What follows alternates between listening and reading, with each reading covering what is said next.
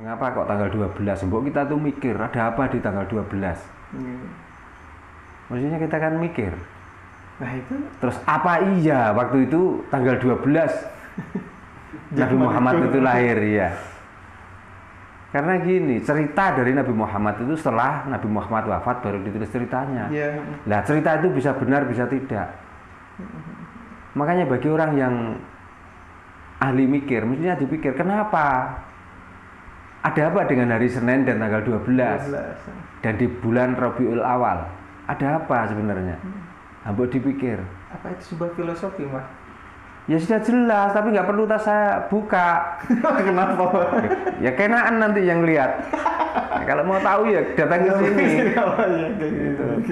Iya. Karena apa? Tak buka di YouTube, nanti dia cuman oh iya ya, oh iya itu belum tentu sadar.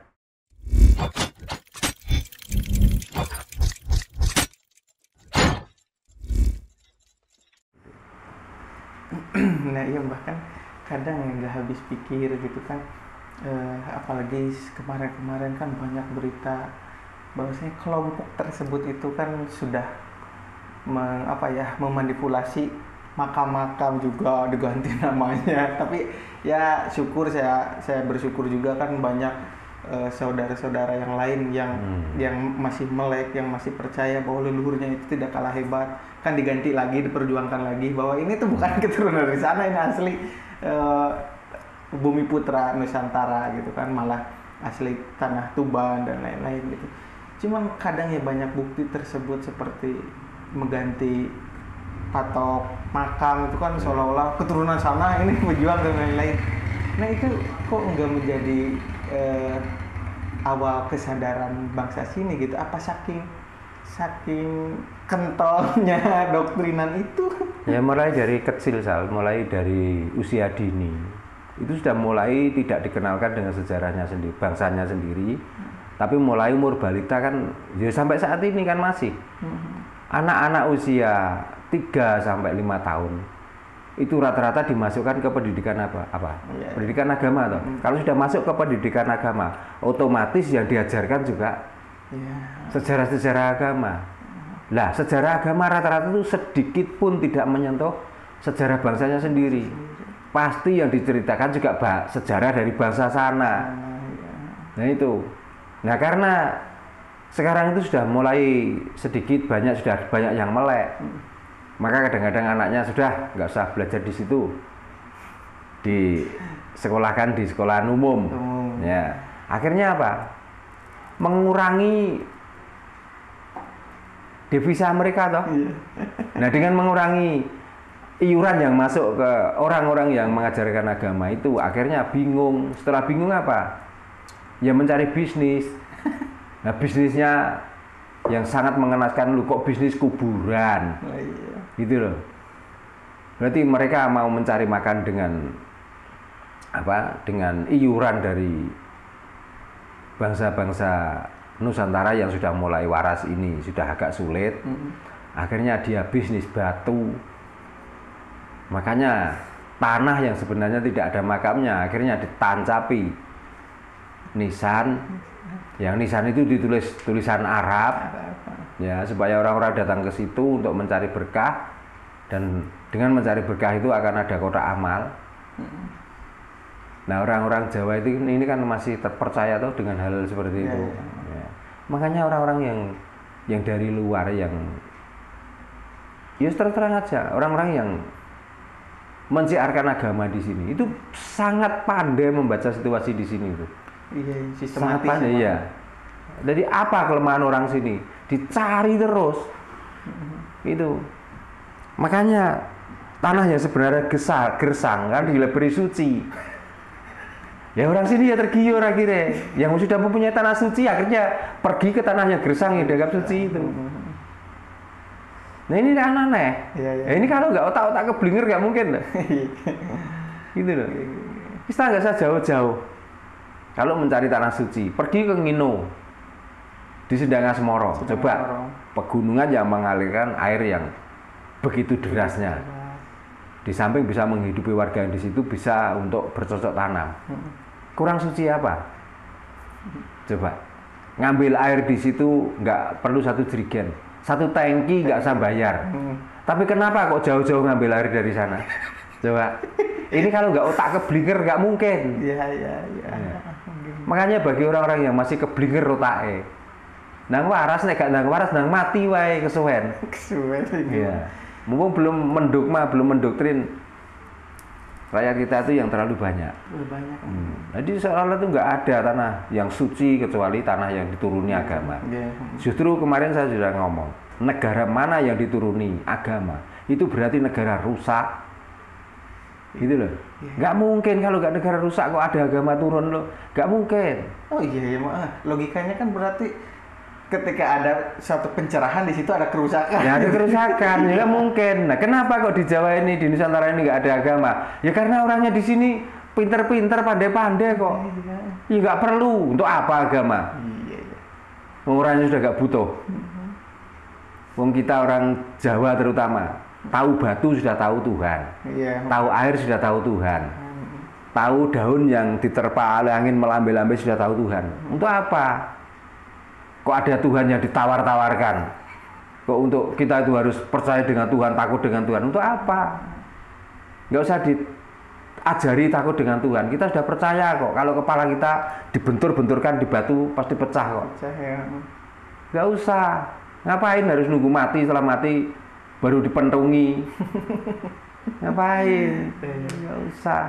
Ya, mungkin itu ya Mbah, konsep ketuhanan yang saya pelajari sedikit gitu kan dari baca dan mendengarkan obrolan-obrolan dari kesepuhan gitu kan Mbah, bahwasanya konsep Tuhan dari Jawa itu tentang ya kesadaran si manusianya itu sendiri. Soalnya kan kesadaran manusia itu berkembang gitu kan Mbah.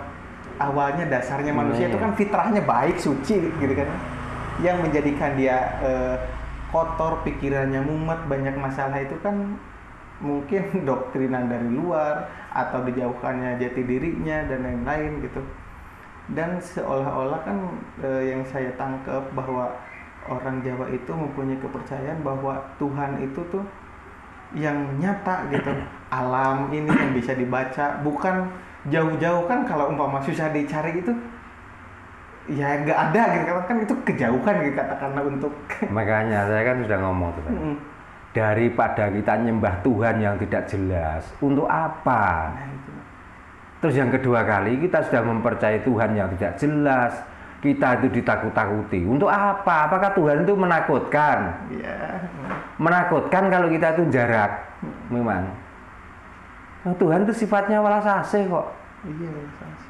Gitu loh. Dan Tuhan itu kalau memang Tuhan itu memang maha kuasa, maha segala-galanya, kenapa mau ngajar, mau mukul aja kok nunggu mati? Ambok kalau masih hidup ini nanti dipukul, nanti dihancurkan. Kalau mau menunjukkan bahwa Tuhan yang dimaksud itu Tuhan yang maha perkasa, maha segalanya, ngapain harus nunggu mati? Berarti kan Tuhan itu masih malu dengan orang hidup. Mau mukul aja kok nunggu mati. Katanya hari pembalasan. Hari pembalasan nggak gitu kok. Pembalasan itu kesandung langsung sakit kok. Nah, iya. Nggak harus kesandung sekarang, sakitnya nanti setelah mati. Enggak. Makanya orang jangan bertuhan, mendingan ateis. Mendingan. Cara perilakunya ateis, tapi dalam batinnya selalu bertuhan. Mendingan begitu, daripada ucapannya bertuhan tapi perilakunya ateis. So, apa saja ketentuan Tuhan kok nunggu nanti? Nanti kapan loh kita besok masih butuh makan, masih butuh hidup kok? Kok nunggu nanti setelah mati? Hidup aja di dunia susah kayak ini, apalagi nanti kalau sudah mati.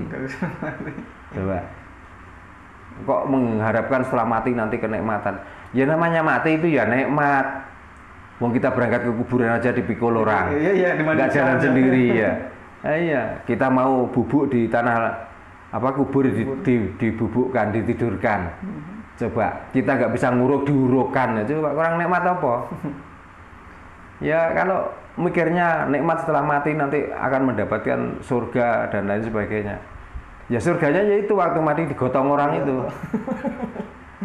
Kita punya uang, nggak punya uang, pokoknya mati mesti digotong. Kecuali mati di tengah laut. Mungkin ya digotong ikan itu. Makanya ini kalau nggak disampaikan, Sal, Mungkin orang itu nggak tersentuh hatinya dan tidak akan terbuka mata hatinya. Iya. Tapi begitu ini disampaikan bagi orang-orang yang sudah terdogma dan terdoktrin, yo sakitnya luar biasa. Makanya agama kok begitu tersinggung sedikit kok marah-marah. Berarti itu bukan agama kebenaran. Yaitu agama yang mangkelan, agama yang apa? Agama yang emosinan. Ya. Tapi kalau membuat orang lain marah, dia nggak pernah mikir. Terus dianggap apik wae. Nyinggung orang sak enae, ngritik orang sak enae, tapi begitu disinggung, dikritik, marah luar biasa, ngancam, mau membunuh, mau wes gak karu-karuan. Nah itulah berarti sudah kelihatan bahwa sebenarnya kebenaran yang selama ini kita kerjakan itu adalah kebodohan yang selama ini kita pelihara. Ya, makanya sekarang bangkitlah dan mulailah kita sadar. Gitu. Kalau pengen tahu apa hasil dari kita yang beragama dan kita yang tidak beragama, bagaimana? Sama saja. Yang beragama tetap dibunuh, yang tidak beragama juga akan dibunuh. Podo-podo mati nih. Gitu loh. Yang tidak beragama nanti setelah mati juga nggak akan pulang, yang beragama pun setelah mati juga tidak akan kembali. Nah itu loh. Kata-kata tersebut tuh jadi ingat aksara Hono Coroko gitu kan, Pak. Ya metode orang Jawa itu nggak sedikit nggak itu istilahnya itu nggak monoton, nggak luas nggak. Makanya bagi orang yang sudah paham tentang aksara 20, kalau sudah dengar dengan cerita-cerita agama, kemekelen kalau saya, ketungguyu. Iya. Iku lho apa sing diomongno gitu loh. Wong kok mulai saya kecil sampai sekarang yang saya dengarkan itu loh kok rata-rata itu bakul cerita. Iya. Rata-rata kok orang yang jualan cerita. Cerita ngapain kita harus percaya dengan cerita dari sana? Ya, maaf katanya Nabi itu naik ke langit, naik ke langit naik buruk. Ya. Nah di sini Nabi itu baru tahun berapa? Ya. Baru abad ke-6. Nah Gadut Kaca kan sebelum ada manusia itu sudah terbang kemana-mana kok. Nggak hanya satu tujuan kok. Nggak hanya di Sidratul Muntaha saja kok. Dia sudah masuk ke kayangan Undaradir Bawono, ke kayangan Alang-alang Kumitir, kemana-mana dengan terbang kok. Bukan Gadut Kaca saja, Antasena termasuk, Antareja, masih banyak onto-onto yang bisa sakti dan bisa terbang kok. Ya. Orang di sana diceritakan bertapa di dalam gua dan tidak makan dan tidak minum. Kumbakarna berapa tahun tidak makan tidak minum, dia juga tidak mati. Apa masih kurang kira-kira cerita leluhur kita yang waktu itu sekti? Ya, naik tapi kenapa begitu ada cerita orang sekti yang dari sana langsung ya beras ora goro-goro didang kanggo ngurmati. Coba. Ini kan masih di dalam bulan Maulud. Ya. Nah, bulan kelahiran Nabi. Nah, orang kalau dengan percaya cerita yang diceritakan itu seolah-olah Nabi Muhammad itu adalah sosok. Menurut saya bukan kok. Walaupun itu ada sosoknya dan ada ceritanya seperti ini. Karena saya itu percaya nur itu cahaya kebenaran itu. Nur Muhammad itu. Ya. Mengapa kok tanggal 12? Mbok kita tuh mikir ada apa di tanggal 12? Maksudnya kita kan mikir. Nah itu. Terus apa iya waktu itu tanggal 12 Nabi Muhammad itu lahir ya? Karena gini, cerita dari Nabi Muhammad itu setelah Nabi Muhammad wafat baru ditulis ceritanya. Nah cerita itu bisa benar bisa tidak. Makanya bagi orang yang ahli mikir, mestinya dipikir kenapa? Ada apa dengan hari Senin dan tanggal 12? Dan di bulan Rabiul Awal ada apa sebenarnya? Ambok dipikir. Apa itu sebuah filosofi, Mas? Ya sudah jelas, tapi nggak perlu tas saya buka. Kenapa? Ya kenaan nanti yang lihat. Nah, kalau mau tahu ya datang ke sini. Gitu. Iya. Karena apa? Tak buka di YouTube, nanti dia cuman oh iya ya, oh iya itu belum tentu sadar. Jadi gitu. dikatakan harus ada pengorbanan dulu ya, Mas? Ya harus begitu. Supaya lebih nempel ya. Ilmu itu nggak semudah seperti membalikkan tangan, nggak gitu. Makanya ada ilmu-ilmu wingit yang harus saya sembunyikan ya gitu. Nanti kalau saya udah di sini, tahu paling-paling tahunya aja. Oh, apa iya ya? Apa kira-kira begitu ya? Cuman gitu. Tapi otaknya karena sudah mati ya mati. Setiap tanggal 12 Rabiul Awal apa yang terjadi? Orang Jawa ya suduan, akhirnya ya sing diploro apa? Ya beras. Iya. Jadi tidak tahu filosofi dari tanggal 12 Rabiul Awal itu hari Senin itu tidak tahu filosofinya. Yang dibesar-besarkan apa? Ngumpul dan makannya. Otomatis urusan perbadokan lagi. Di samping perbadokan apa? Mengumpulkan uang yang dimasukkan di kas. Untuk apa? Ya untuk kemakmuran tempat itu lagi, kelompok itu lagi. Gitu aja. Makanya nggak perlu tak pedar. Ya. Gitu. Iya, nah banyak pola keilmuan yang saya sayangkan gitu kan. Mungkin kan saya sedikit banyaknya tahu, sering ngobrol sama Mbah Darno gitu kan. Kalau dimana kita itu sebagai orang yang merasa bertuhan, sedikit contohnya ketika mendung, oh ini bakal datang hujan, kan itu suatu keilmuan gitu kan. Ini apa bukti nyata sedikitnya gitu kan, Mbak. Tapi kan oleh orang-orang yang bisa dikatakan tidak bertuhan, tidak beragama, toh buktinya gitu kan karya-karyanya itu kan Mbak bermanfaat bagi seluruh manusia di muka bumi ini gitu, dari mulai lampu dan lain-lain. Tapi kadang ya kan yang selalu diagungkan itu lebih ke hal yang bisa dikatakan goib lah, katakanlah goib. Itu kan orang-orang gini tuh salah. Satu ngiri, yang kedua itu takut. Orang-orang yang ngomong seperti itu. Ngiri, kenapa dia nggak punya ilmu seperti orang-orang yang dia cibir. Orang-orang yang dia cemooh itu. Ya, takutnya kalau sampai orang-orang Nusantara ini percaya pada orang itu, terus nanti orang-orang yang khawatir ini makan apa? Kan itu.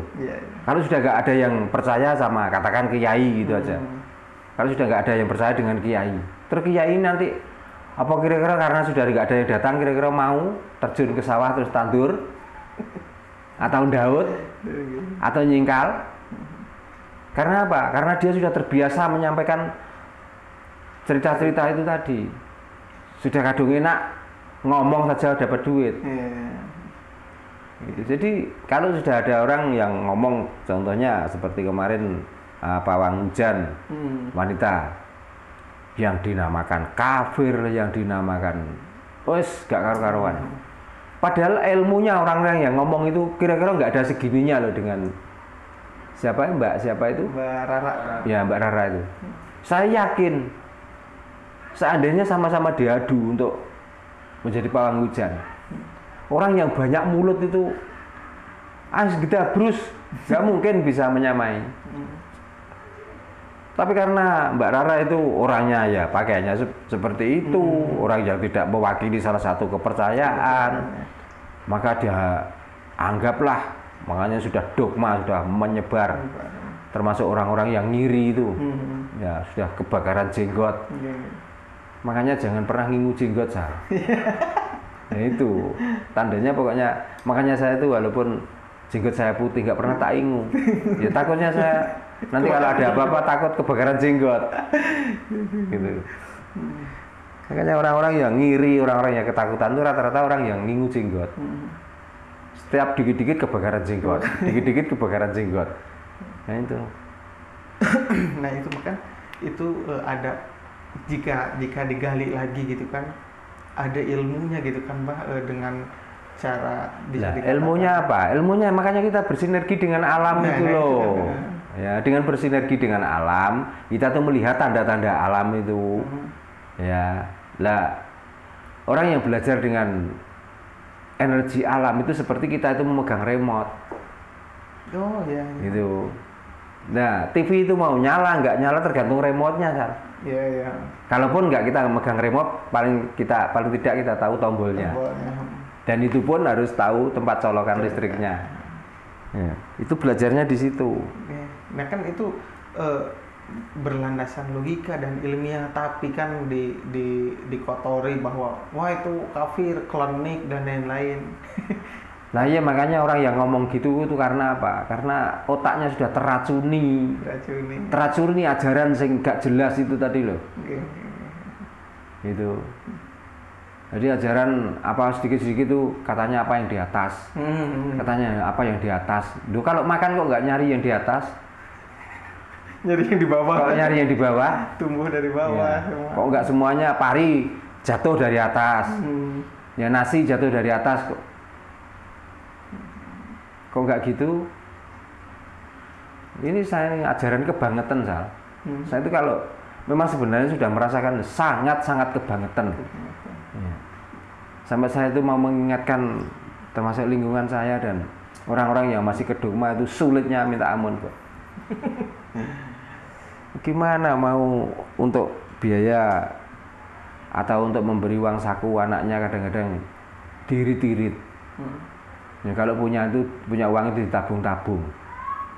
Ya, saya tanya, kenapa toh kok setiap dapat uang mengumpulkan mau ziarah? Nah, ziarah berkunjung di kuburan. Coba. Nah, apa yang diharap berkahnya dari kuburan? Ya nanti barokahnya itu bisa mensyafaati. Nah, saya tanya, syafaat itu apa? Sampai sekarang lu nggak ada yang jawab. Oh, foto syafaat itu sebenarnya. Gitu loh. Oh, nyatanya orang yang dari dulu kerjaannya seperti itu, hidupnya ya podo wae. Ya pancet-pancet wae. Malah kalau nggak kerja keras ya tetap nggak makan. Loh, sedikit-sedikit syafaat, sedikit-sedikit syafaat. Saya tuh pengen tahu syafaat itu apa loh.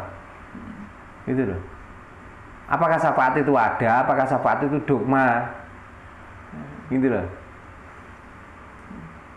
Kalau berkah kan sekali kita datang pulang itu sudah membawa apa-apa. Nah, jelas itu berkah. Atau paling tidak kemarin saya itu dagang itu sepi, setelah datang ke situ dagang kita ramai. Nah itu loh berkah. Tapi kalau syafaat, itu apa toh? Jadi apa kunci ini, Mbah? Mungkin kunci di alam sana nanti biar selamat. Alam sana itu alam mana toh? Ya justru itu masih. Coba tanyakan orang-orang yang mati, kamu sudah di alam mana? Coba gitu. Dijawab tuh orang kira-kira. Iya kan, ini kebanyakan gitu hal-hal yang seperti itu seolah-olah dimakan mentah-mentah gitu kan. Padahal saya yakin mungkin ya, Mbah, dengan pola keilmuan Jawa, kita itu kan punya pisau bedah analisisnya gitu kan. Ketika Hono Coroko aja kan Mbah itu selalu membedah dari satu huruf, ketika digabungkan jadi arti, dan kan itu suatu alat untuk membedah suatu keilmuan gitu. Mungkin orang-orang Jawa sendiri kan terkenal gitu kan, Mbah, katakanlah satu agama yang di sini mayoritas kan pada kagum sama pelaku spiritnya orang Jawa gitu. Nah iya, makanya dengan kekagumannya itu akhirnya takut, Sal. Nah takut itu diawali dari rasa iri. Gitu loh. Hambok kolo-kolo aksorone yang di siar-siaran di sini itu dibedah satu persatu. Gitu loh. Makanya orang yang belajar aksara Jawa itu nanti apa? Kafir. Ya sebenarnya itu bukan kafirnya itu yang jadi sebab. Ya karena dia tuh heran kenapa Hono Coroko bisa setelah digabungkan bisa dibaca dan mengandung arti. Kenapa gitu? Kan itu sebenarnya. Makanya dengan kedengkiannya dan ketakutannya, akhirnya walaupun dia juga nggak tahu arti dari Hono Coroko, ya langsung ngomong musyrik nanti kamu belajar Hono Coroko. Gitu.